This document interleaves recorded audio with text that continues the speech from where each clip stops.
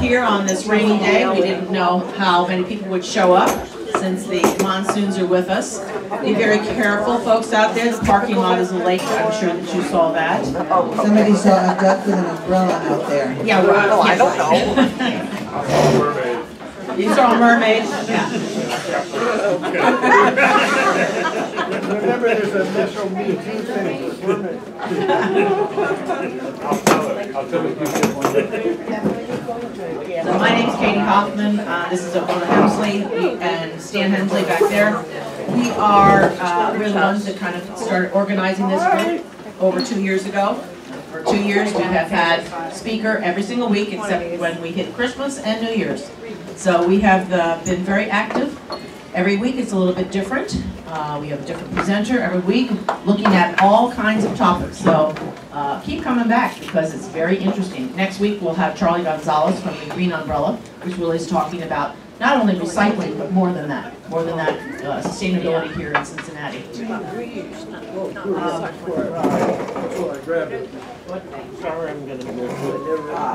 Peter Rose here is our newsletter guy, and if you have any announcements that you want in our newsletter, make sure you fill out a index card, give that to Peter so he can get them in the newsletter.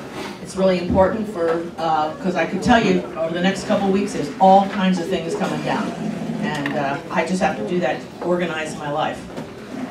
If you have ideas for speakers, please give us that contact information, and one of the group of 7 of us that are on the scheduling committee will try and reach out to them.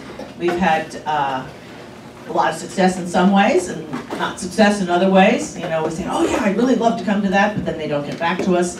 So sometimes it's real frustrating, but I think we've done a really good job, and I really want to thank my scheduling committee. I'm going to do that every week. I'm going to thank my scheduling committee for helping me do this, because I cannot tell you, they're learning now. Hey, this is hard. These people don't get back to you. I said, yeah, welcome to my life. So, okay, I'm going to turn it over to Alberta for announcements. Good morning, good afternoon. It still feels like morning to me. Somehow the dark and the rain just kind of make it kind of dark and dingy for me. I do want to tell you about an interesting little event in my life this week. I was at a naming ceremony on Saturday for a little 2-month-old little chubby girl. Her name is Zora, and I mean splendid, brilliant. And when we had a luncheon afterwards, I asked the mother, well, do you have any other children? And she said, well, I used to have a 2-and-a-half-year-old, but he was run over and killed by a car crossing an intersection a little while ago. And so here she had this lovely baby now. And I was saying, we had Vision Zero last week. I was thinking, our group is really on it. We were there. Last week we talked about Vision Zero, which is reducing people who are killed by car violence. And I was saying, you know, our group just tried to address that, and I'm so sorry about your loss, but we're trying to make changes here for you. And she was very grateful. So that's kind of like, wow. This group is on it. You know, we're kind of keeping up with what's supposed to be important with the world, and I think that's going to happen today with Planned Parenthood. Okay, so there's Peter. Peter is very important to us, and I don't know if you've seen our newsletter recently, but if you give your name to him, he will get it to you, which is really important. And I have been amazed at all of the current events that are happening in our community, and he will keep you apprised of what's going on here. I think one of the important things that we do is we give information about what else is happening in the city, and I think that's really important to us. Okay, so announcements. Deborah. Mother of Sid. That's right. I've got Sid, Sam, and Sophie, my 3 kiddos. So I'm here today to invite you to another public meeting of Greater Cincinnati Move to Amend. We're all about getting big money out of politics. Please, this time, this Sunday, which is the 3rd Sunday of the month, For the first time, we are changing venues. We had been going to the First Unitarian Church, and we're now going to start holding the meetings at Chameleon in Northside at 3 p.m. every third Sunday of the month. So this month, our speaker is Catherine Durack from Suffrage in Stitches. It's all about the 19th Amendment, which happened 99 years ago. As you know, women getting the right to vote. So we're going to hear all about how that happened, and that's going to help inspire us to pass the 28th Amendment to get big money out of politics. We also have guests from American Promise every single public meeting. So whether you lean extra left and you feel more comfortable perhaps with one group, or if you feel a little more central and you're more comfortable with the other group, we would love to have you. We're supporting anyone, everyone, including folks from Take Back Our Republic, if there are any of them out there, which apparently is a brand new group on the right that's trying to get big money out of politics. Thank you, everybody. Hope to see somebody there. Move to amend. What time is your meeting? You didn't say. It starts at 3. 3. The Chameleon opens at 3, and it is a bar and a pizzeria, so you're welcome to order drinks, you're welcome to get food. They have a room separate from the bar, so we'll be meeting in the separate room. To follow up on that, 411 Hamilton. yeah. To follow up on that, on Wednesday evening, February 20th, American Promise will also be meeting at the Chameleon from 6:30 to 8:30. That's the other group that Deb just mentioned. So if you want to go to that meeting, you can't make Sunday, American Promise from 6:30 to 8:30, once again, at the Chameleon. I just wanted to add, Deb had expressed some anxiety earlier that you might be forced to drink at the Chameleon, and you really don't have to drink anything or eat any of their pizza. Just a reassurance. I do no duels myself. It's alcohol-free beer. Other announcements? Oh, I don't believe it. I don't believe it. Now, wait a second. I want David to tell us about what they're doing in Norwood. Wait. He went to, wait, okay, do David first. Okay, well, I'm a new resident of Norwood and trying to get involved in the community. And they have a group called Norwood Grows. And it's trying to bring Norwood together as a community, having walk happenings on every street in Norwood. There were 200 people there. There were 200 people there, including House Rep Winstrup, who grew up near Norwood. And but it's just very exciting to see a community that's really coming together and to be a part of it. So thank you. Norwood, who would have thought Norwood? Seriously, that would really, why not? I mean, it's happening, folks. Thank you. In the same subject, tomorrow night, the Avondale community is having What's Happening in Avondale, what's going to happen on Martin Luther King, Reading Road, 12 lanes wide. Dot, close up to your mouth, they can't hear you. This is Avondale community, What's Happening in Avondale tomorrow night at the Urban League on Reading Road at 6:30. There you go. Okay. It's a development or gentrification. It's the same thing we're dealing with down in the West End. You know, when I went to a meeting that was going to say, look at all the stuff we're going to do there, I said, where's the affordable housing? Oh, we haven't made any arrangements for that. You know, they don't think about the people who live in that neighborhood. They just want to make it look all shining and sparkly. They don't care about the people who live in that neighborhood. The city of Munich, Germany does a really awesome thing. When they see a building people are living in that tends to need help, they immediately freeze all the rents. They give the people a voucher to move out of that space until the renovations are done. And so they have a place to live. When it's been completely renovated, those people move back into their apartments in a completely renovated building, and their rents are frozen.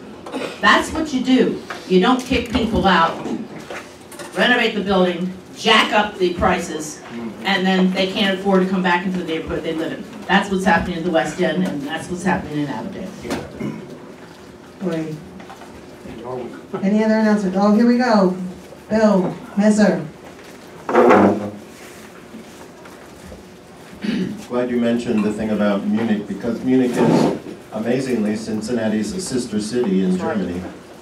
And we ought to be able to get somebody from Munich to come and talk to us about how they do that.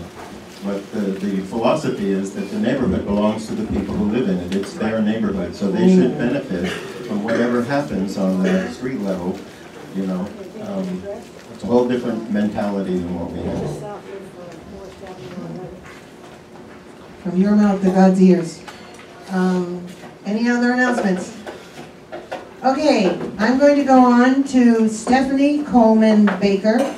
She's our speaker today from Planned Parenthood, and she's going to tell us about her background and how she got involved in what we're doing, and she has some lovely things for us around on the tables. So let's hear from Stephanie Kollmann-Baker. Thank you. Thanks, everyone.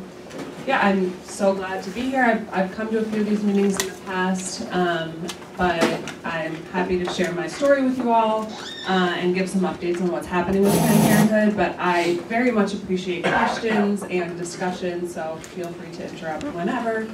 So my name is Stephanie Kollmann-Baker. I'm the Senior Field Manager for Planned Parenthood Southwest Ohio and Planned Parenthood Advocates of Ohio. So for those of you who are familiar with IRS codes and nonprofit policy, Planned Parenthood has both a C3 arm and a C4 arm. So the C3 is the charity, the charitable status, where if you give money, if you donate money, it's deductible, and that is our medical services and education side. So that's if you go up to the closest one here, I think, is the Mount Auburn Health Center. You can go up and get your health services there. We have educators who are out in the community providing education services.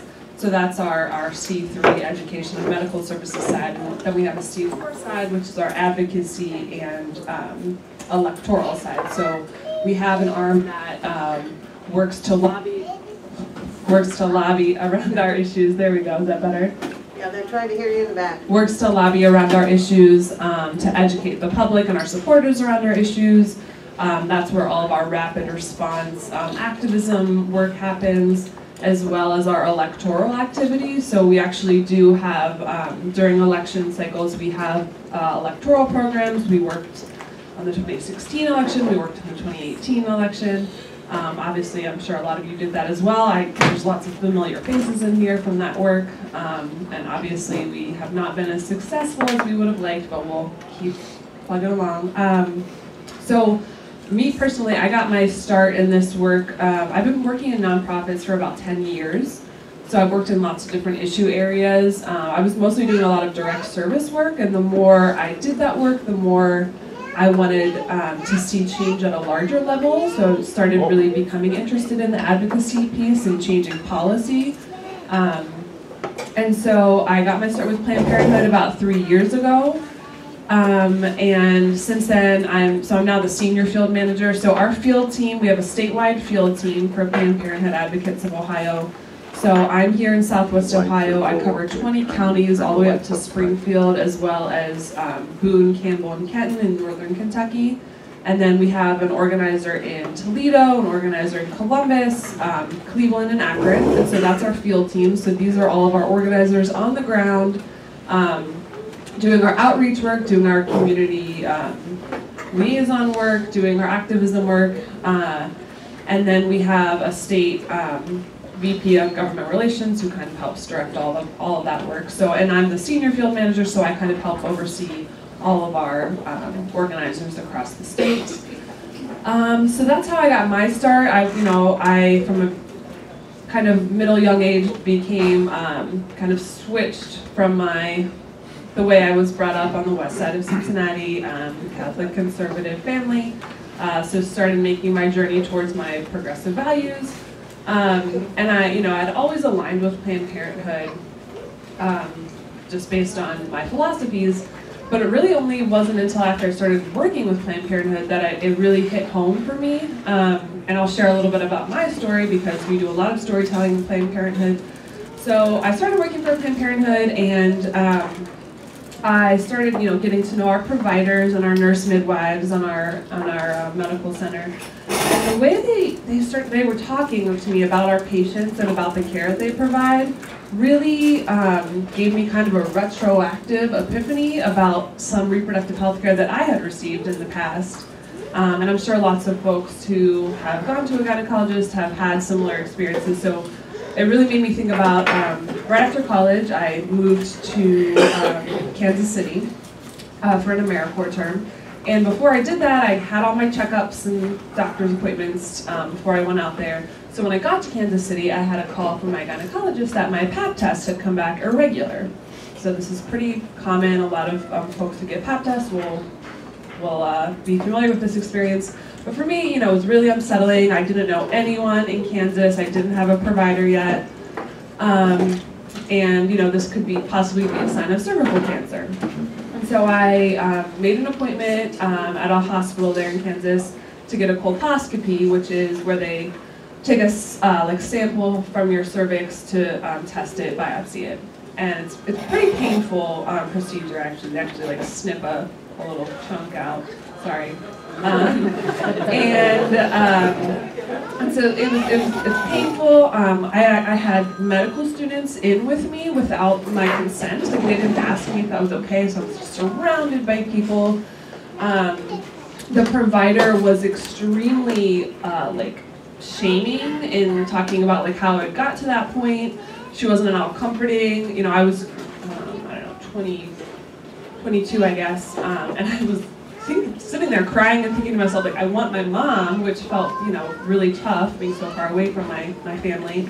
And there was just no compassion at all offered. It was really, really, really terrible experience. But at the time, I was just well, this is just medical care, it didn't even, it was bad at the time, but the 5 minutes after I left, I was just well, that was bad. Moving on right along. And so years later, when I started working for Planned Parenthood, I had this epiphany, oh my God, reproductive health care does not have to be like that.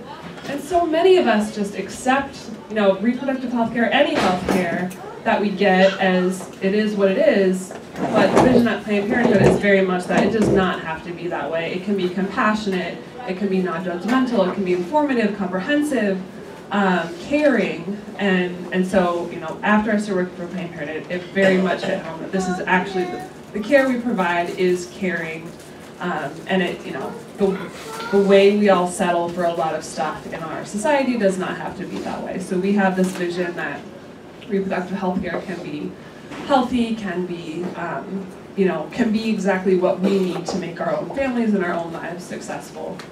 So that's kind of my story about Planned Parenthood. Lots of people have stories around Planned Parenthood. We have 26 health centers in the state of Ohio. And I brought a bunch of swag and stuff. It's on the tables, but there's also some papers up here. So I don't know if we want to send those around or y'all can grab them after. But just have some information about Planned Parenthood Advocates of Ohio, as well as all the restrictions on reproductive health care and abortion access in Ohio that have passed since 2011. So as many of you might know, if you're familiar with reproductive health care, we're not in a good place nationally or at the state level. And especially once the Kasich administration came into being, that they started passing a lot of restrictions on abortion to access and reproductive health care. So I think this might be a little bit outdated. This says 20 restrictions, but it might be 21 now. But these are things that we refer to as TRAP laws, which stands for Targeted Regulation of Abortion Providers, and these are very much a strategy by the anti-choice movement. So right after Roe v. Wade passed in the 70s, the anti-choice movement immediately started trying to overturn Roe v. Wade, right? Just completely overturn it.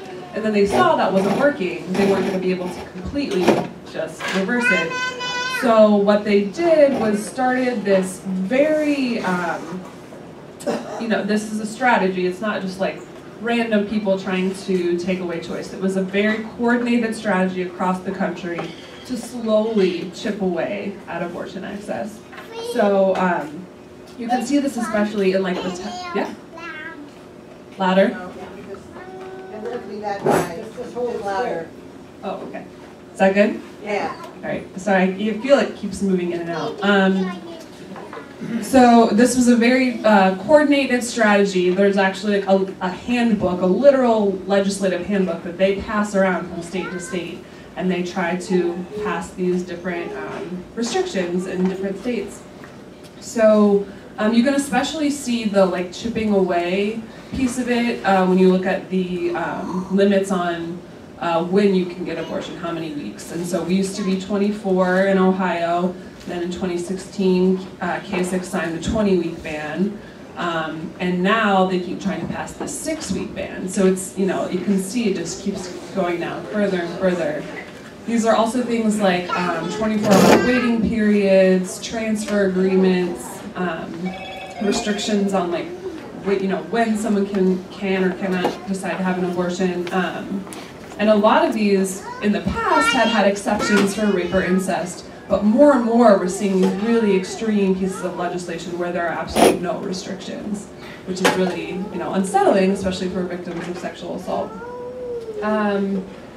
So probably the biggest thing we're up against right now is in Ohio is going to be the 6-week ban. So if any of you were following that last session, it got introduced at the beginning of last session. It kind of slowly, you know, went through the process. And then I think they were waiting until after the election. And then right at the end, right before the new year, it passed through both the House and the Senate. It went to Kasich. Kasich vetoed the 6-week ban, although he did sign a method ban, which blocks the most common method in the second trimester, the safest or most common method. So that's being litigated now. But he vetoed the 6-week. Then they decided to try to override that veto. So we came back, we were up there on December 27th, so it was a really tough time. It was like around the holidays. And we, you know, before that, as it was going through the committee process, we had folks come up to testify with us during the opponent hearing. We had, I think, 25 to 30 people testify for us. These are patients, these are faith leaders, these are leaders in policy, med students, you know, all kinds of folks came out to testify. And so then on the 27th, we brought buses of people up to Columbus with us. We had a big rally. We went into the State House. We were chanting as the House members were walking to the floor. So they did override it in the House, and we really thought, like, this is it, this is going to happen. We went over to the Senate chambers, and we were fully prepared to, like, as soon as it went through, we were going to get up, start chanting, get thrown out of the State House. But it actually failed by one vote. Senator Bill Beagle, and obviously, you know, as far as we can understand it, there was lots of stuff happening behind the scenes, right? Lots of moderate Republicans especially may not want to see this become law, but they can't be seen voting against it. But Bill Beagle's term limited, so he voted against it. People got very mad at him, but he's out of office, so it didn't matter for him. So it failed by one vote. So that's kind of where we were. Where we are now is we now have a governor who says unequivocally he will sign that bill. He said it like 3 times already in the new year, and it's only like, so he has said many times, he said this during the debates, the gubernatorial debates, that he will sign the 6-week ban. It did just get introduced yesterday in the House. It'll be introduced in the Senate as well. So just so everyone's clear, this would make it illegal to obtain or provide an abortion after 6 weeks. This is when you can, in some cases, hear the fetal heartbeat, so that's why the opponent, our opposition, calls it the heartbeat bill. We don't use that language because we don't want to frame it that way. What it is a 6-week ban. And this is a huge problem, especially because a lot of folks may not even know they're pregnant by 6 weeks. So it is essentially making abortion impossible to obtain in Ohio. The leaders in the House and the Senate are saying that they're going to fast track this, that they want to get it signed before the summer break. And we know now that we don't have the protection of a governor who doesn't want to see such an extreme bill. More and more, we're seeing that we have less protection even in the courts as the courts become more conservative on this issue. So we really, like I said, this just dropped yesterday. Pretty much all of our focus on our advocacy side in the next coming months is going to be trying to stop this bill. One of our thinking right now is that because we don't have the protection of a governor we know will veto it, it's going to be, some of these more moderate Republicans who may not want to see this but have been voting for it undercover, they may hesitate now because this, it has a real chance of becoming law now. So that may be something we're going to lean on some folks about. We haven't really discussed targets yet, but there definitely are some targets in the House and the Senate that we think we can lean on and try to persuade. So that's kind of where we're going to be. There's also another fight that we're going to be kind of fighting concurrently is the Title X defunding. So this was actually, again, happening last summer. If you'll notice, we're fighting the same fights basically every year. Last summer, this was a federal rule that came down, federal regulation that came down from the Trump administration, from the Department of Health and Human Services, saying that, so Title X is our nation's family planning program. It was created in the 70s to provide family planning and education for low-income families. So we've always been we've always received funds from this program because we are one of the best providers of family planning care in the country. Southwest Ohio just got Title X funding back. We had not received it for the past 5 years or so, but we did just get it back last year. But Planned Parenthood Greater Ohio, which is our other affiliate in Ohio that serves the rest of the state, they rely very heavily on Title X and have for years. They always, they're always receive lots of funds from that. And in a lot of other places outside of Southwest Ohio, Planned Parenthood is the only Title X provider in a city or county. So what this new regulation says is, says a couple things. First of all, it says that they're going to give preference to Title X providers who have religious affiliations. They're going to give preference to Title X providers who provide what they're now calling sexual risk avoidance programs, which is actually just abstinence-only programs. And they will strip Title X funds from providers who also provide abortion care. So this obviously is very targeted at Planned Parenthood. And this rule was was going into effect last summer. There's like a period of 90 days where you can provide or collect comments and signatures on federal rules. So we collected something like 250,000 comments or something on this Federal Register rule. And so so we delayed it because they have to go through and look at all these comments and address them.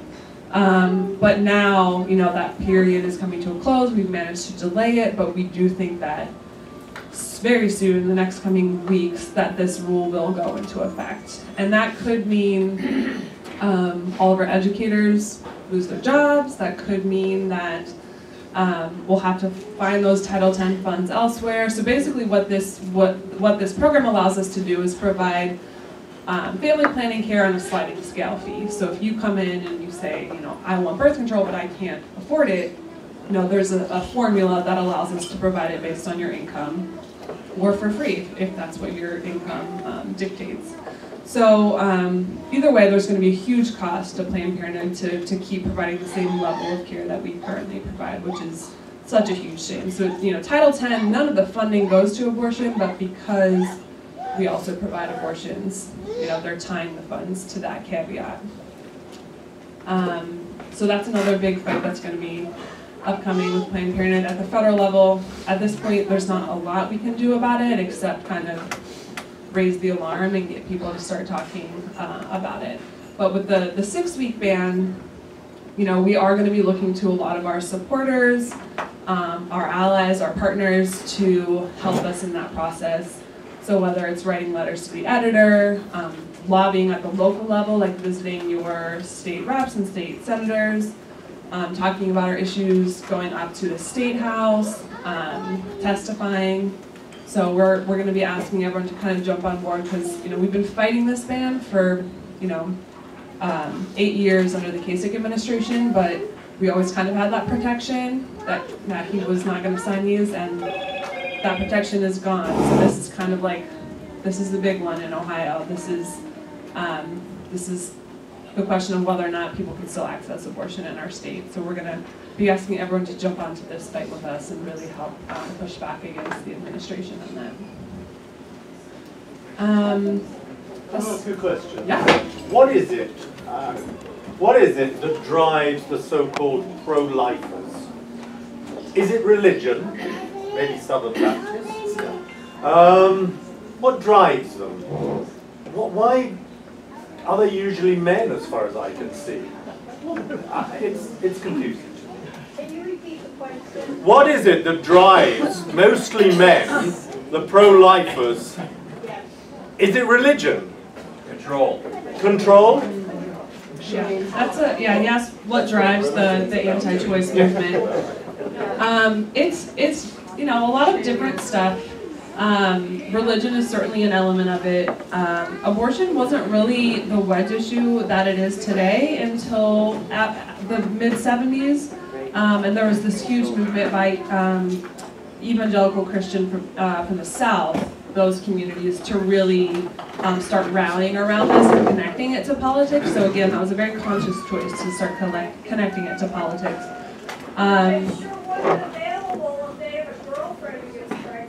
Yeah, does everyone remember I forget what his was, I think he was a rep from Pennsylvania. He was vehemently, pro-choice, quote unquote, until his abortion, or his mistress wanted an abortion, and that all came out, and he stepped down. We have some comments.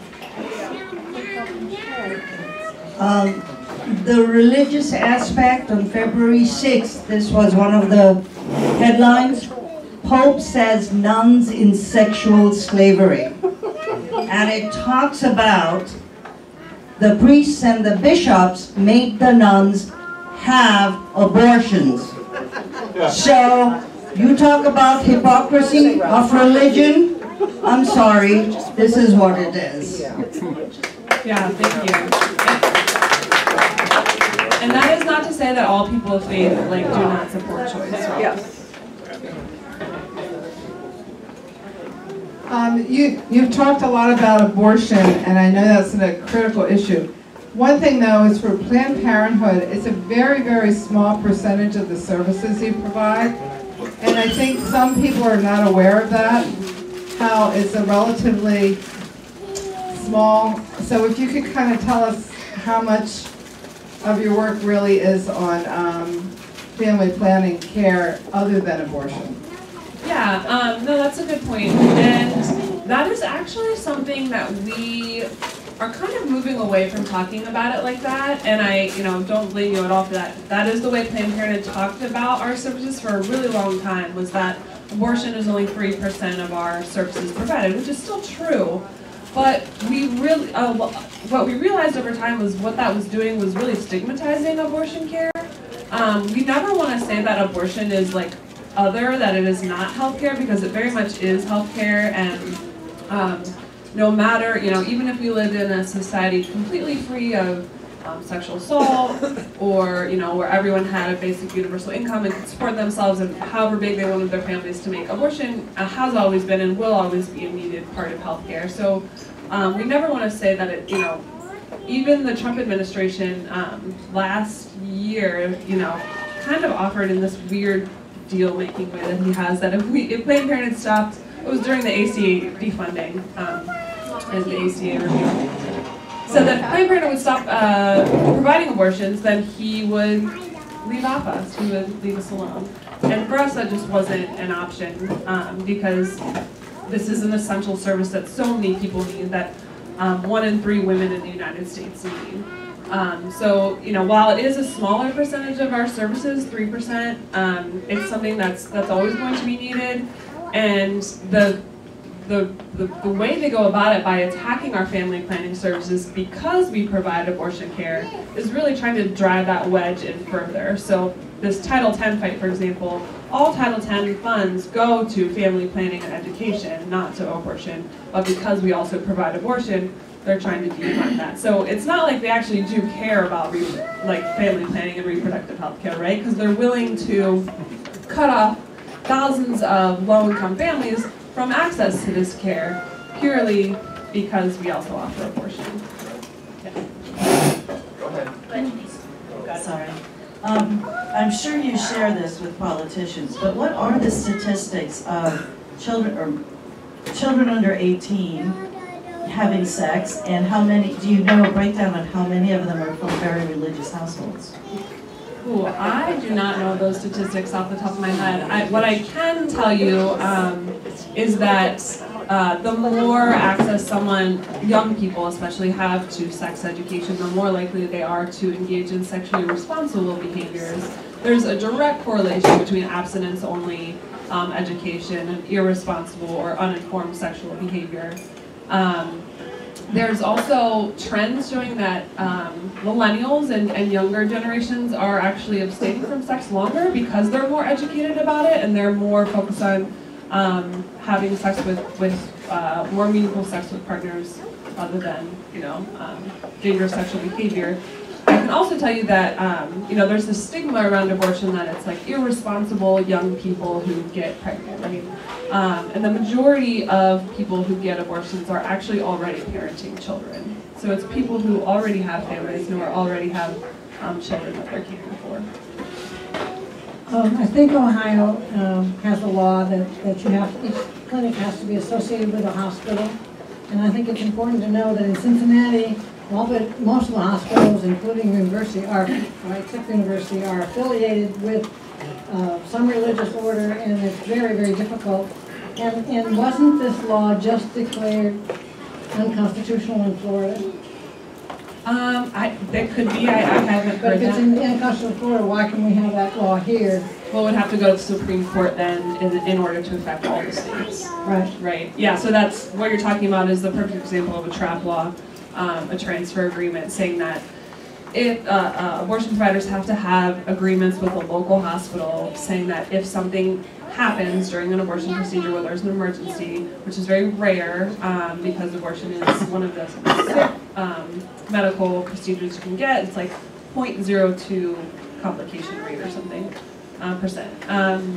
That a hospital will take that patient, which is absurd, first of all, because if I would, collapse right here in front of you all, you would call an ambulance and they would take me to the nearest hospital. That's the law. They would have to go to the nearest hospital, right? So it's ridiculous, and it's just another way to try to curb that. And we saw in Toledo, they had an agreement with a hospital in Michigan because it's very close, right?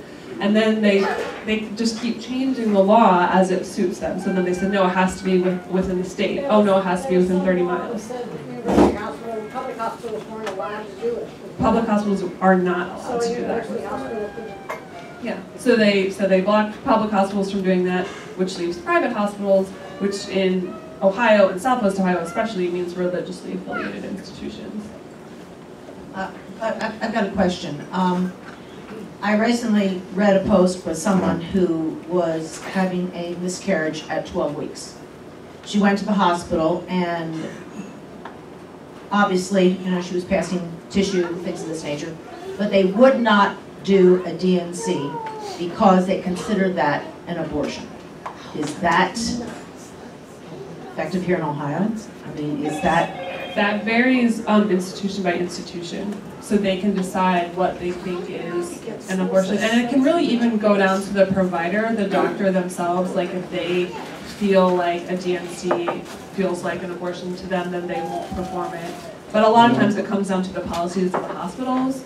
And that's the same with things like, tubal ligation. So if someone wants their tubes tied, hospitals can say, no, we're not going to do that. So it's unfortunate that a lot of these private institutions, it's just up to the whims of the leaders there to decide what services they offer. Yes, I would like to address two things. The gentleman's question about what do the anti-choice people, what motivates them, the religious question. I come from Michigan, and virtually every single member of my extremely large extended family is anti-choice, and it is 100% based upon religious reasoning. And what I have frequently heard in recent years, very much so, is a Christian cannot possibly be a Democrat because of one reason, and one reason only, because of abortion. We should not laugh about this. I really am trying to get people to understand that this is a major force, and that I see it as probably being possibly a deciding force in the 2020 election. And to that effect, I want to ask you, I'm hoping you can provide me with some clear information that Facebook has been flooded with, the internet has been flooded with information about the late abortion issue. I am being hit with questions by my nieces about this. They're wanting to understand it. And there's a movement that was started already this week in Michigan to introduce legislation based upon this late abortion issue. I want to know exactly what that late abortion agreement is, what is the law, what's it about, etc. I'm tired of relying on internet sources. The only reason I came today was to ask you that question. All right. So and being completely honest here, obviously if you don't know what she's talking about, New York recently passed some legislation around late-term abortion access. So I have not looked very deeply into this yet, but I suspect it is something we'll be looking at. From my understanding, essentially, you know, like I've been talking about, we're at 20 weeks here in Ohio. Previously we were at 24. I'm not sure what we were at before that. We're trying to take it to 6. So my understanding is that this law would just stop all of those restrictions, and that basically leave it up to the pregnant person and their medical provider to make the call when an abortion is the right choice for them. And so the way the anti-choice movement is using this is saying, you know, someone's going to carry their pregnancy through until 5 minutes before they go into labor, and then they're going to say, oh no, I'm going to get an abortion, which is absurd. It's also incredibly offensive to think that someone who decides to carry their pregnancy to term is just going to flip-flop like that, right? That this isn't something that people think about very carefully and thoroughly when they're making these decisions. And mostly what this legislation has to do with is these incredibly complex emergency situations where, and I think as of right now, there's about 90% of all abortions take place in the first trimester. So these late-term abortions are happening when there is an incredibly risky situation, when there's some kind of fetal anomaly, when there's danger to the pregnant person, or when the pregnancy is not viable, is no longer viable, right? And so you hear about, and really the only way we can combat stuff like this is by people sharing their stories, which is such a shame, because this is incredibly heartbreaking for lots of families who are facing these situations. So you might have seen there's a great New York Times article, like a 5-part story last year. There's more and more coming out now because people are being forced to share these incredibly personal, heart-wrenching stories about how this was a planned pregnancy. They, they had their nursery painted. They've been going to their doctor's exams, and somewhere along the line, something happened. Some fetal anomaly or emergency situation where the pregnancy was no longer viable, or there was going to be some kind of complication for the pregnant person's health, and that they would, they had to make this decision. Should we keep going? Should we wait and see if something really does turn into an emergency?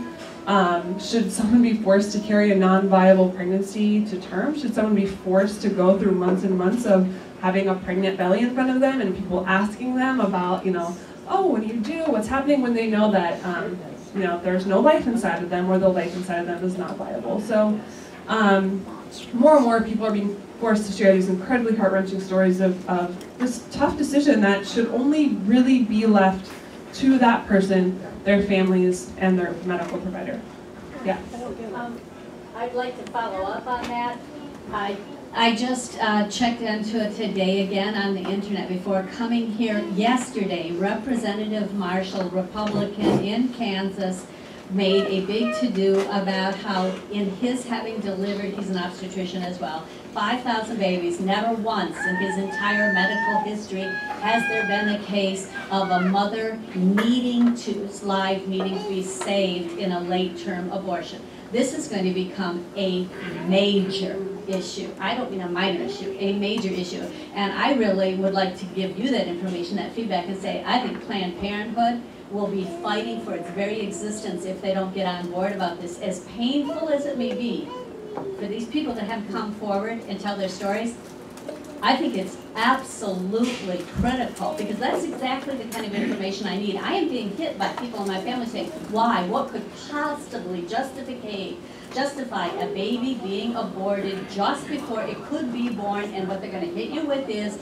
had the baby been born and the doctor then killed the baby, that is murder and you can be sent to prison for it. What makes it not murder if it happened before it was born? And this is just going to be flooding America right now. And so I haven't heard even any of these stories that you're describing right now about why people might need this, you know. And I can send out some resources on that. And, I'm just saying that I think Planned Parenthood is going to have to put a lot of work and effort into making the reasons why that could possibly be needed out there. Yeah, and that is why we ask so many people to share their stories, as tough as it is. And I will say too that a lot of these abortions that are happening later term aren't even happening at Planned Parenthood because we have so many restrictions on us. It's really happening in private with private doctors. But yeah, you can't do. I know you can't do late abortion. I have a niece, and I have a friend who is a doula, so she delivered 4 babies last week. These are babies that have no brains, that the minute the umbilical cord is cut, they're only alive because of the mother's blood supply. It's the only reason. And nobody who wants a baby is going to abort it, like you said. But that's one of the primary reasons, is because the babies don't have a brain, mostly. Do you know anything else about that? But I have personal experience with this. There's a lot of situations. Oh yeah, and there's no way, you know, talking about this issue in terms of black and white is impossible. You can't say this is murder and this is not because it's met these criteria, right? It's very complex medical situations. It's a lot of different causes.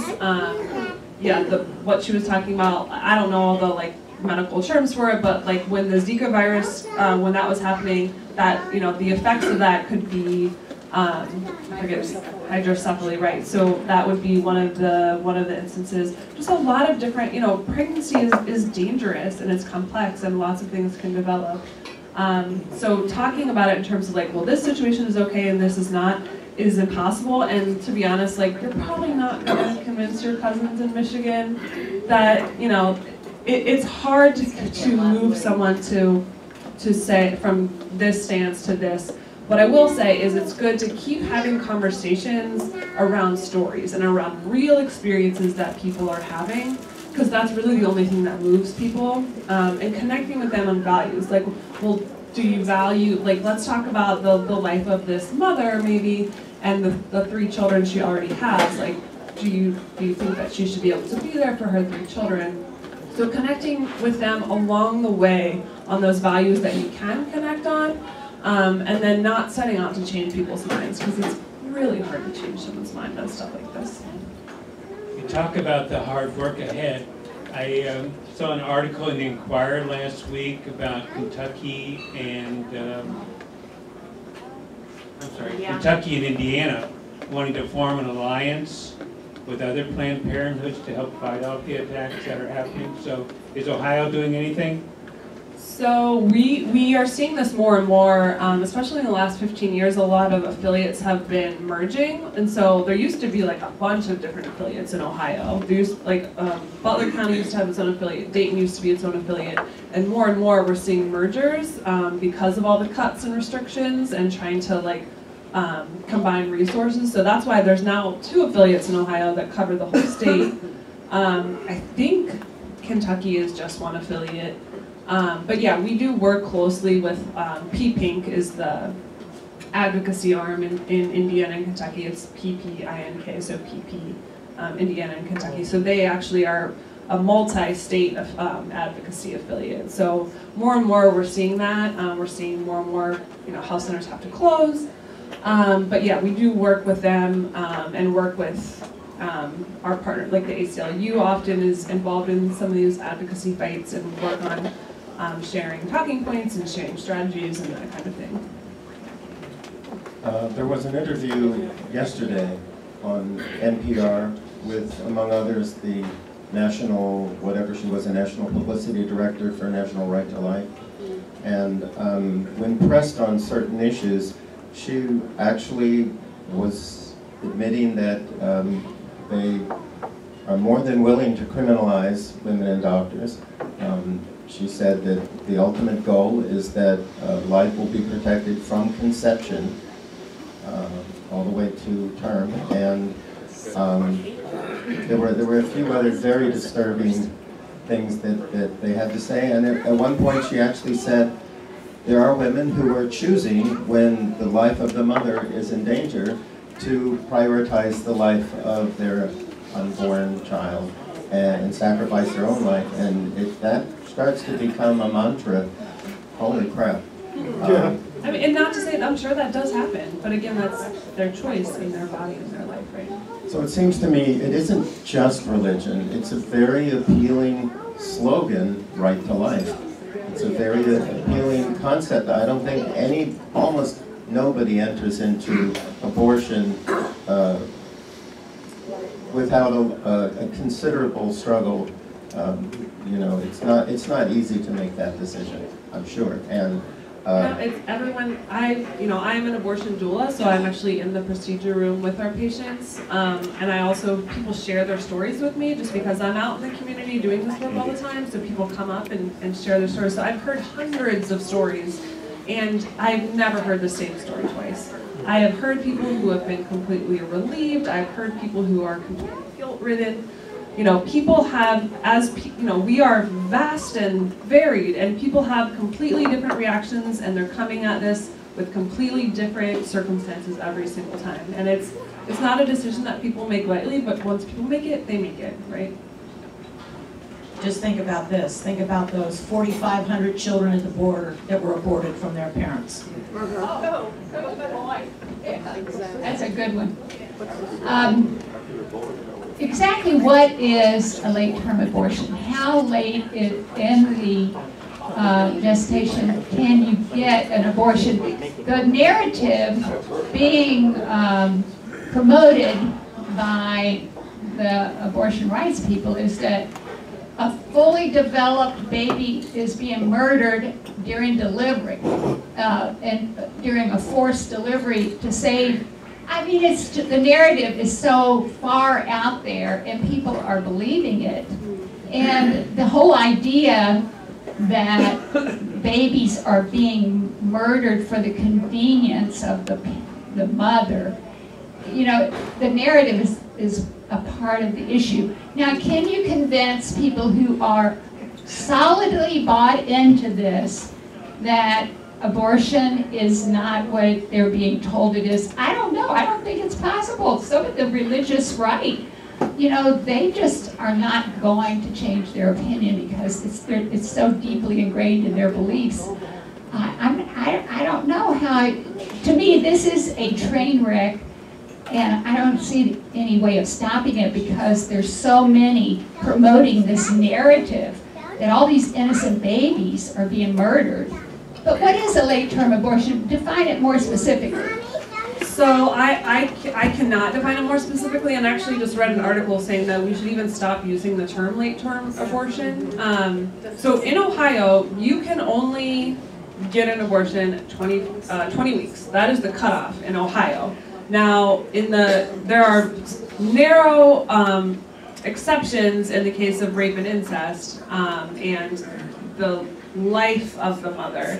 This is not the health of the mother. So if you have to be, literally dying.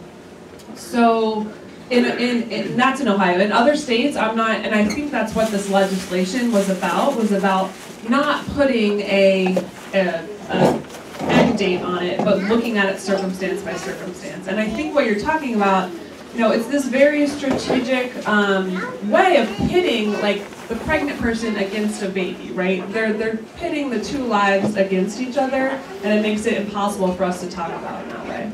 Quick, make it short. Has Planned Parenthood considered changing their name and rebranding? That is way above my pay grade. I mean, we still are about, like, giving people the tools to plan their parenthood and their lives and their family. It's more than that. What would you suggest? I mean, a brand, a name is a name, but I think doing this kind of work, educating folks on what Planned Parenthood actually does. I have these little cards up there that shows exactly all the services that we offer. So it's a really nice, like, little tool to whip out when you're arguing with your cousins in Michigan or whatever, and you're like, well, these are all the STI tests, these are the units of birth control, these are the PAP tests they gave last year. So it's important to talk about this stuff, but it's also important to talk about abortion access as a part of that whole spectrum. We got Peter. He's next. He's got the mic. I just wanted to say something about at least my theory of the psychology of these people who are obsessed with it. The religious notion of innocence. These same people, so many of them, are all in favor of the death penalty because their conception of human beings is they're born free of sin. And once you actually interact with the rest of the world, you're going to commit horrible sins and you deserve to die. I mean, there's this incredible hypocrisy about the sacredness of human life until you actually are old enough to interact with the rest of the world. And there is the Ohio Religious Coalition for Reproductive Choice is an organization in Ohio, and it's people from all faith backgrounds who talk about how being pro-choice intersects with their faith. So yeah, I do not want to paint all people of faith with this broad brush, but there is definitely, you're right, this very toxic idea, and I think it's about control as well. I can't believe I finally got the mic. This is great. Regarding the 6-week ban, you implied that there were some state legislators that were kind of maybe in the middle, or could be persuaded to vote in favor or not to go along with the ban, as it were. How do we find out who these people are, so that some of us, maybe even in our districts, we actually might be able to put some pressure on them? Yeah, so what I was saying was that we haven't identified these targets yet, but this is definitely something that, like, our entire, so we're part of a coalition called the Freedom of Choice Ohio Coalition, so we work with NARAL, Preterm, the Ohio Religious Coalition for Choice, the League of Jewish Women, so a bunch of organizations are working on laying out exactly what is our strategy now that we have a governor, that we have DeWine, who we know will sign this. Who are our targets, and that's definitely information that I can share. We're probably going to be organizing, like, local lobby days, so getting people to go out to their local reps and senators' offices and putting that pressure on them and telling their stories and sharing why this is important to them. So we'll definitely be providing tools to start putting that pressure on targets. Would that be on your website, or how would we find out? So the best way to keep up with, and I can always share it with the group, but the best way to keep up with information directly from Planned Parenthood is I have supporter cards there at the back, and there's a place for your name, your contact information. You check the volunteer box. I send out a weekly email with policy updates, legislative updates, volunteer opportunities, events, you know, we're meeting down at Portman's office at this time or whatever, so whatever our rapid response stuff is, that's on there. If you put your cell phone, we usually send out text alerts when big stuff is happening, so we'll definitely have ways for you to get involved if you sign up there. It sounds like the ACLU is in the forefront of proactive legislation maybe, because there's just so much time, energy, and money going towards all these defenses of these erosion laws. So much time, money, effort going towards the defense. So what's happening on the offense level? And I'm wondering, what about HIPAA law? HIPAA is just HIPAA all over the place at any facility. But women don't even have to tell their stories. They don't have to tell, it's their private history. They don't have to, but you do have to, because that's what happened with gay rights, is people came out of the closet, you tell your story, and people like the narrative and they're persuaded, possibly. But legally, HIPAA. Where is HIPAA in this argument? Right. So yeah, I mean, Roe v. Wade is based on the right to privacy. That is the right that the court case is based on, the right to privacy to your private medical decisions and private medical procedures. And you're right, it is, you know, pardon my French, bullshit that we have to share these very personal, private things about our lives in order to make people see us as human beings, right? But, you know, it is something that is effective. It is the most, and you're right, it exactly mirrors marriage equality fight as people started coming out of the closets in the late 90s, early 2000s, and people realized, like, oh, I know someone who's part of this community. Look at Senator Portman. His son came out and suddenly he supported marriage equality, right? So these stories, there's 1 in 3 women in the United States who have had an abortion. You know, everyone here knows someone who's had an abortion. You may just not know that you know someone who's had an abortion. And I tell people, you know, friends of mine who we might disagree on this, like, you're probably hurting people in your life when you're posting this stuff on Facebook. You're really hurting people who thought maybe they could trust you with their personal stories, but they know now that they can't. But you're right, it is a total invasion of privacy, and unfortunately, because we keep, because we've not been able to elect people who will fight for us, we're being forced to fight this ourselves and share these very personal stories. Does Planned Parenthood have an adoption department? Because I thought if it did, it might bring the two extremes a little bit closer. We don't have an adoption department, but we do refer out. So when someone comes in to us, they do get counseling on what their options are, and then we give them all of their options, right?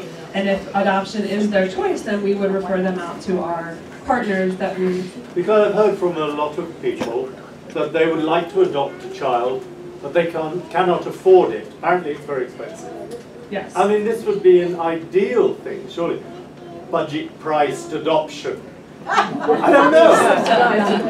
I mean, there's also the argument of, like, forcing someone to carry a pregnancy to term if they don't want to do that. That's true. But yeah, we have great partners in the adoption world that we refer out to and that we connect folks to. There's a great provider, and I can't think of the name of it, in Ohio, but they are blatantly pro-choice. So they're a pro-choice adoption agency. So they work very closely with a lot of different abortion providers in Ohio. But yeah, and I often, like, ask people who are vehemently anti-choice, like, where's your adopted kid then? Yeah, right. Because there are thousands of, or I don't know the exact, there are lots of kids in the foster care system who need families. The foster care system is a whole other, you know, piece of it that we could go into that is incredibly underfunded and undersupported by our state legislature. And what are they doing? They're focusing on passing another abortion ban. Yeah. We have the mechanism to punish, but we don't have the mechanism to support. One last question. Very brief. I did read in the New York Times not too long ago that the number was 1 in 8 women, not 1 in 3. I have a hard time believing 1 in 3. And I worked for Planned Parenthood back in the 70s when Roe v. Wade was passed. And early abortion was first 3 months, midterm was up to 6, and late term was anything over 6, all the way up to none. And it depends on the circumstances, but it was viability. And now they say, well, you know, you can they can say babies that weigh a few ounces. It's strange, so what's viability? But anyway, just as a general, it's a range of time after 6 months. And it's definitely not 1 in 8. I think the 1 in 3 number is moving closer to 1 in 4, actually. One in 3.5. We have a one-liner. I don't like government being involved in the decision on abortion. And what I've said, what I've thought, and I've said to other people is, a government that can prohibit abortion could also require abortion. Yeah, it definitely comes down to looking at it from who has autonomy over someone's body. Let's hear it for Stephanie Kollmann-Baker.